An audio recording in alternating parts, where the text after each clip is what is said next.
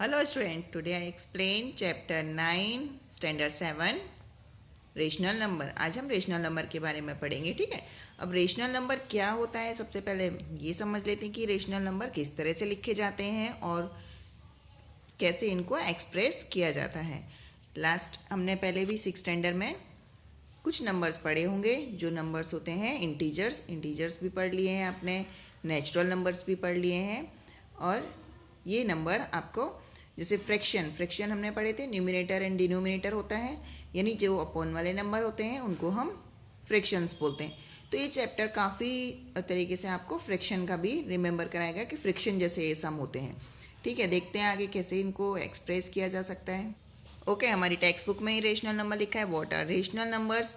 The word rational arise from the term ratio, यानी rational number जो है वो रेशियो नाम से अराइज हुआ है, यानी बना हुआ है। You know that the ratio like 3:2 can also be written as, अगर हम 3:2 को अगर हमें लिखना है तो 3/2 में हम उसको लिख सकते हैं, जहाँ पे 3 and 2 द नेचुरल नंबर, जहाँ पे 3 and 2 दोनों नेचुरल नंबर्स होते हैं।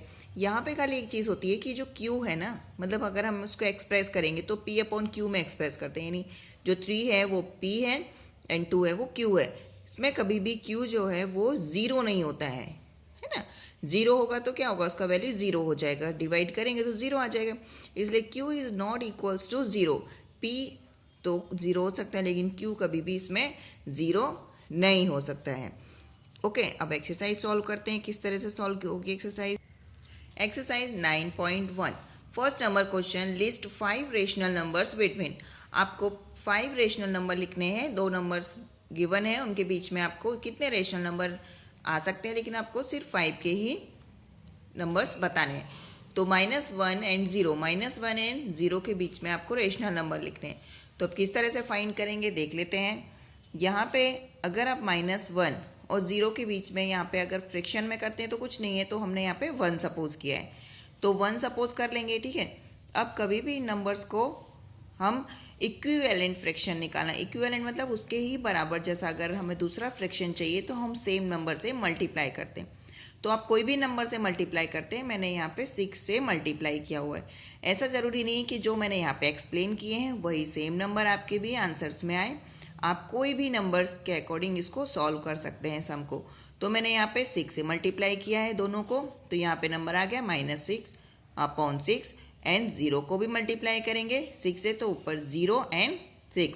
अब हमारे पास दो नंबर हैं -6/6 एंड 0/6, तो उनके बीच में हमें 5 रेशनल नंबर फाइंड करने हैं। तो ऊपर क्या हो जाएगा, -5/6, -4/6, -3/6 एंड -2/6 एंड -1/6।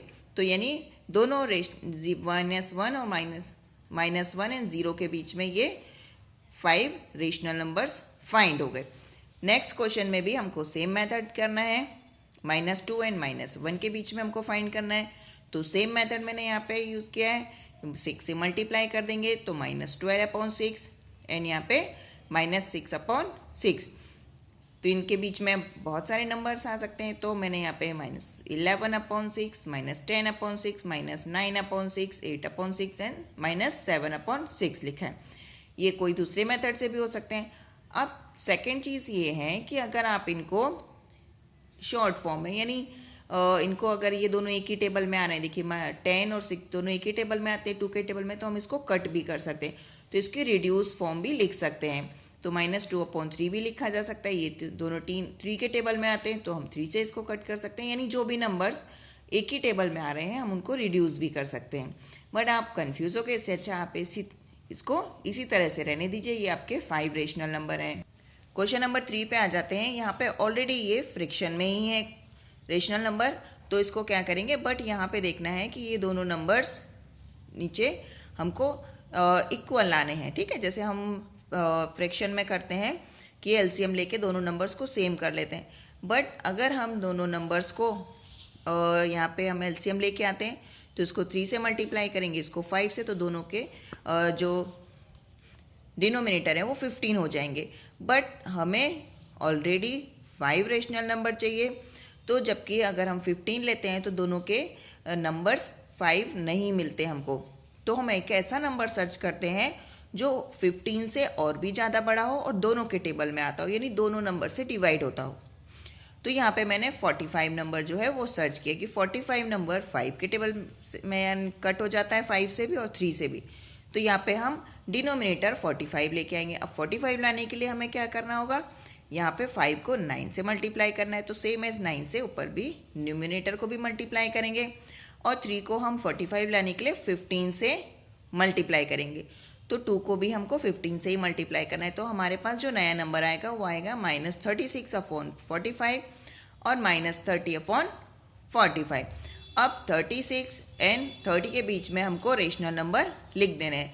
तो हमारे पास क्या रेशनल नंबर है, -35/45, -34/45, -33/45, 32/31 वेरी गुड। अब हम आते हैं नेक्स्ट नंबर पे। नेक्स्ट नंबर बहुत ईजी है, इसमें हमें डिनोमिनेटर सेम लाना है, तो हमें यहाँ पे 3 से मल्टीप्लाई कर देंगे, यहाँ से 2 से, यानी 6 हमारा दोनों का सेम नंबर हो जाएगा। तो हमें इनके बीच में आसानी से 5 नंबर मिल जाएंगे, इसलिए हमें ज़्यादा बड़ा नंबर सर्च करने की ज़रूरत नहीं है। तो अगर दोनों का एलसीएम निकालते हैं तो एलसीएम आता है 6, तो इसलिए मैंने यहाँ पे एलसीएम बनाने के लिए 3 से मल्टीप्लाई किया है फर्स्ट वाले नंबर्स को, और दूसरे नंबर्स को 3 को मल्टीप्लाई किया है 2 से, ताकि 6 आ जाए हमारा डिनोमिनेटर। तो हमारे पास नया नंबर आया -3/6 एंड 4/6। तो अब इन दोनों के बीच का नंबर सर्च कर लेते हैं। तो -2/6, -1/6, माइनस के बाद आता है 0, इसलिए 0 नहीं लिखा है, 0 भी लिख सकते हैं अगर आप लिखना चाहें। उसके बाद हमारे नंबर्स पॉजिटिव में स्टार्ट हो गए, 1/6, 2/6, 3/6। ओके, अब हम पढ़ते हैं क्वेश्चन नंबर 2 की तरफ। Question number 2, right the 4 more rational numbers in each the following pattern. यहाँ पे देखिए एक पैटर्न चल रहा है, यानी यहाँ पे अगर डिनोमिनेटर एंड नोमिनेटर दोनों में देखे जाएं तो एक पैटर्न चल रहा है। यहाँ पे अगर हम पैटर्न देखेंगे तो ये 3 के टेबल का पैटर्न है, 3 1 जा 3, 3 2 जा 6, 3 3 जा 9, इस तरह से आगे पैटर्न चल रहा है। और यहाँ पे अगर डिनोमिनेटर में देखेंगे तो आप 5 का टेबल का पैटर्न कंटिन्यू है। तो अगर हम और मेथड के आगे ना जाते हुए अगर हम इसी पैटर्न को फॉलो करेंगे तो हमें उसके टेबल ही आगे के लिख देने हैं 4 मोर, आगे के 4 और ज़्यादा इसके पैटर्न बना देने हैं। देखिए जैसे इस तरह से क्वेश्चन लिखा हुआ है, तो क्वेश्चन में आगे अभी -12 आए तो उसके बाद क्या आएगा 15, तो -15, देन -18, -21 एंड -24। यहाँ के अगर हम 5 डिनोमिनेटर में 5 का टेबल कंटिन्यू करते हैं तो 25, 30, 35 एंड 40। तो ये हो गया हमारा पैटर्न। सेकेंड नंबर क्वेश्चन में भी ऊपर -1, -2, -3 इस तरह से पैटर्न चलेगा, और यहाँ पे डिनोमिनेटर में 4 के टेबल का पैटर्न चल रहा है। ठीक है, तो सेम हम इसको आगे बढ़ा देंगे।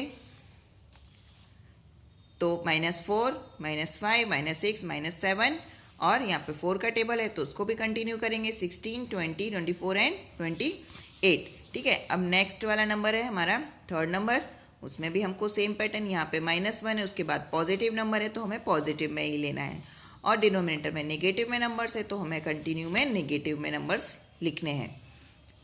फोर्थ नंबर -2/3 है, उसके बाद जो नेगेटिव इंटीजर है वो नीचे इधर शिफ्ट हो गए, तो आपको नीचे वाले नंबर, यानी ये जो नेगेटिव इंटीजर है वो आप साइड में भी रखेंगे तो भी चलेगा, क्योंकि ये पूरा नेगेटिव इंटीजर ही काउंट होगा रेशनल नंबर। ठीक है, तो इस पैटर्न को भी इसी तरह से आगे ले जाना है। Question number 3, give 4 rational numbers equivalent to.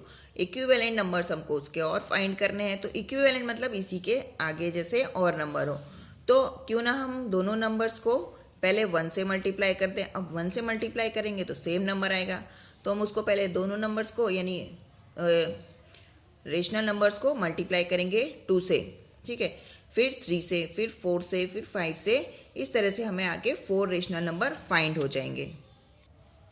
देखिए यहाँ पे मैंने आपको जैसे एक्सप्लेन किया, पहले 2 से आप मल्टीप्लाई कर दो न्यूमिनेटर एंड डिनोमिनेटर दोनों को, तो हमारा आंसर एक नंबर आ गया। सेकेंड नंबर में 3 से मल्टीप्लाई कर दीजिए, फिर नेक्स्ट 4 से, फिर 5 से, तो ये हमारे 1 2 3 4 इक्विवेलेंट्स नंबर फाइंड हो गए। इसी तरह से नेक्स्ट क्वेश्चन करना है, नेक्स्ट करना है, ये सेम पैटर्न आपका इसी तरह से चलता रहेगा। थर्ड नंबर में भी सेम मेथड रहेगा, यानी 2 से मल्टीप्लाई किया, फिर 3 से, फिर 4 से, देन 5 से, तो सभी इक्विवेलेंट्स 1 2 3 4 इक्विवेलेंट्स नंबर हमने फाइंड कर लिए। Okay, thank you student for watching my video. Like करें, शेयर करें। Thank you, bye.